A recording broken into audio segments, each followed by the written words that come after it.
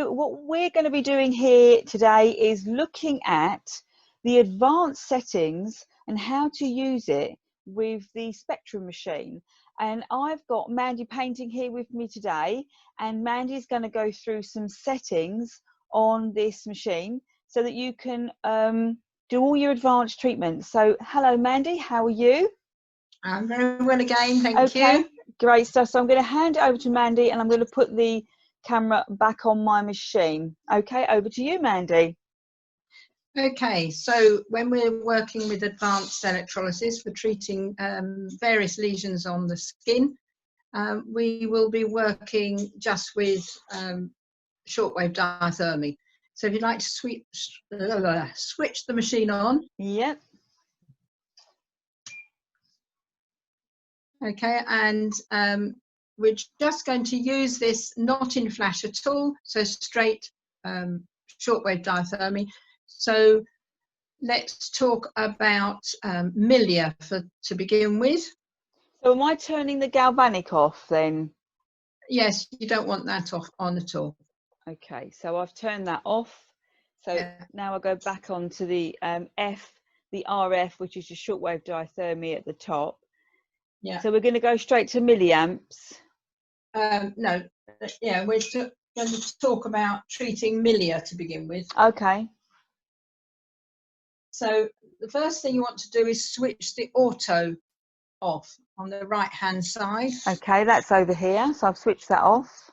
Yep. And then, so now because you switched that off, the timer section on the readout is void. We don't need that at all. Okay. So all we're looking at is the milliamps on the right hand side. Okay. So for a milia, around about 15 milliamps should be enough. Okay. So we're talking about, you know, small milia where you just insert your needle into the milia, allow the current to flow and bring out, and do 2 or 3 little insertions, very shallow, and that should be enough. Okay, so right, so okay, so that's the milia. That's brilliant. Okay. Now, if it's a slightly larger milia, or you don't feel that you're getting any skin reaction, because when we're doing advanced, we always need to see that something is happening. So if you do that and there's no reaction at all, then just up your milliamps 1 milliamp at a time until you start to see just a small reaction in the skin. Okay, that's great. So what about treating a large skin tag with a very thick stalk? Okay, so this time we want to remove that with a high intensity. Yeah. So you want to lift the level of the milliamps up to about 80.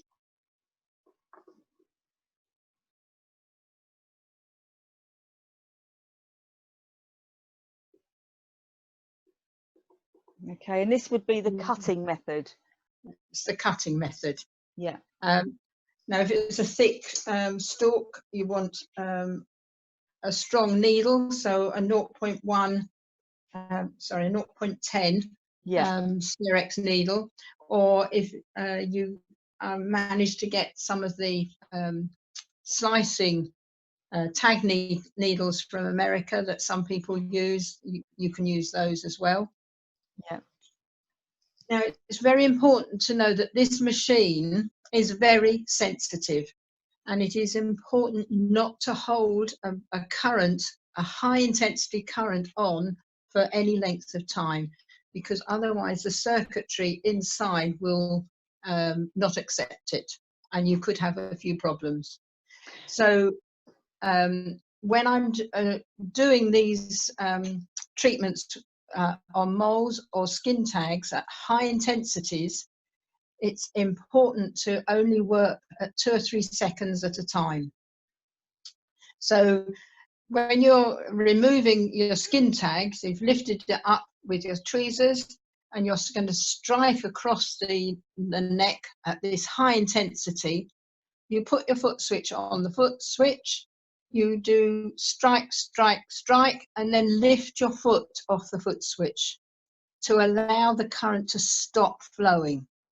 Now, obviously, if it's a thick neck of a skin tag, 3 strikes probably won't be enough. So you would then put your foot back on the foot switch, strike, strike, strike, lift your foot off the foot switch. So you're not allowing that high intensity of current to flow through the circuitry for any length of time. Now, in training with advanced, we're told just keep your foot on the foot switch and strike, strike, strike, strike, strike. On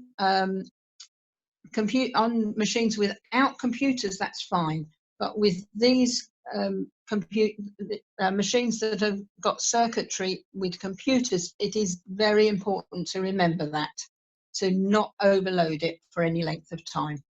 Does that make sense? Absolutely makes sense. And is there any way that you could actually set the auto button on that to prevent doing that? So you could actually set your timer to make it bleep so that you're actually being forced to stop when you first start using it. Yeah, I have tried that myself. I found I couldn't work with the auto because I'm so used to being in control of the current when I'm doing advanced. I preferred not to do that. But you could set the timer to say 3 or 4 seconds, and it would stop the current. But you've got. I personally don't use it that way, but yes, you can. You could. Yeah. Okay, lovely. And what about if we're doing telangiectasia using the galvanic? How would we set it up for telangiectasia? Okay, so to treat galvanic telangiectasia with blend, you're trained during that to use 3 seconds of both diathermy and galvanic. Again, the low setting of the shortwave diathermy and the fairly low setting of the milliamps of galvanic. Now, with this machine, you can actually split how long you deliver your shortwave diathermy for between your shortwave diathermy and your galvanic. So I personally have my setting for the shortwave at 2.5 milliseconds. So I'm setting that at 2.5. Let me just do that. So I've got 2.5 my shortwave diathermy.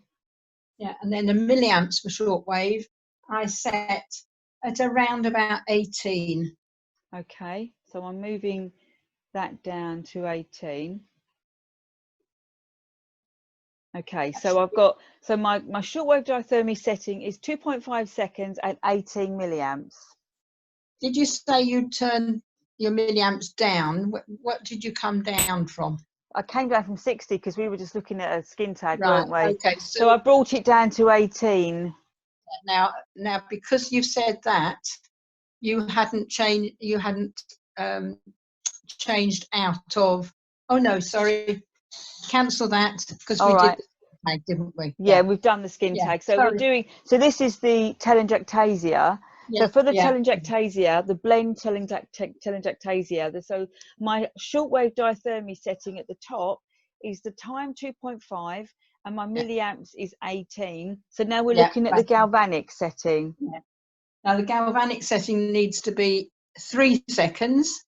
Okay, so going to 3 seconds on the galvanic setting, and then the milliamps. Milliamps, about 0.3. Okay, so I've got it on shortwave diathermy seconds 2.5, and then the milliamps 18. I just need to make sure my galvanic is on. So the galvanic setting time is 3, and then I've got it on 0.3 milliamps level. That's correct. Yeah. Okay. So when you're treating a thread vein with this, you insert and back up into the capillary. As soon as you insert, both currents will come on. you'll see the reaction within the capillary as the current flows. The diathermy will switch off at 2.5. You must see on your right, you need to put your auto on for this. Right, okay, so the auto must be on for this, Yeah, for this treatment. yeah. Okay.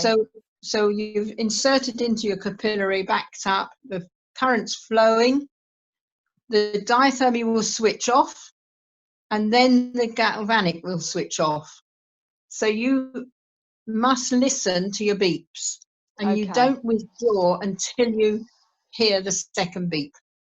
Okay, and the And client will be holding the must, saturator bar.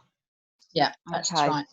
And also with this method, if you put it on sense, Yeah. again, you can use, don't have to worry about your foot switch. You just concentrate it on getting your needle into the capillary and backed up so it's in the perfect position. Oh, that sounds amazing. I can't wait. So this means that when you're working like this, you're introducing enough shortwave diathermy to start coagulating the capillary, Yeah. but that switches off and you're withdrawing when the blend is finished. So it's sort of stopping any clots lifting off. So you know when you use shortwave diathermy on its own, you can actually cause little blood clots to lift off and it starts bleeding. Yes. So having the shortwave go off first allows the blend, allows the needle to come out cleanly. It sort of stops that lifting of any blood clots. Well, that is amazing, and I'm really looking forward to using that setting. So that's fantastic. Yeah. Is there anything else you think we need to know, Mandy? But I think that covers it. But is there anything else you need to know? Just a word about treating moles as well. Yep. Moles, we can treat large moles, anything from 50 up to 80, depending on what you're wanting to treat. Again, it's very important to remember, the higher the intensities you're using, you must be aware of not leaving the current on for any length of time. So if you're treating a mole and you're tapping over the surface, do it again, tap, tap, tap, tap, tap, tap for three or 4 seconds and then stop. Okay. Then go back. Now this is twofold, because when you're working with high intensities for any of the advanced stuff, it's client comfort as well.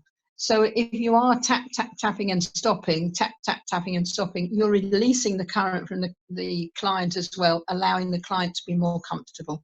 So, think of it that way. You're looking after the client, but also you're looking after your machine. Fantastic. That is such great advice. I'm really appreciative of that. It's amazing. So thank you so much. And we will speak again. Thanks so much, Mandy. Will. Okay, thank you. Bye. Thank you. Bye.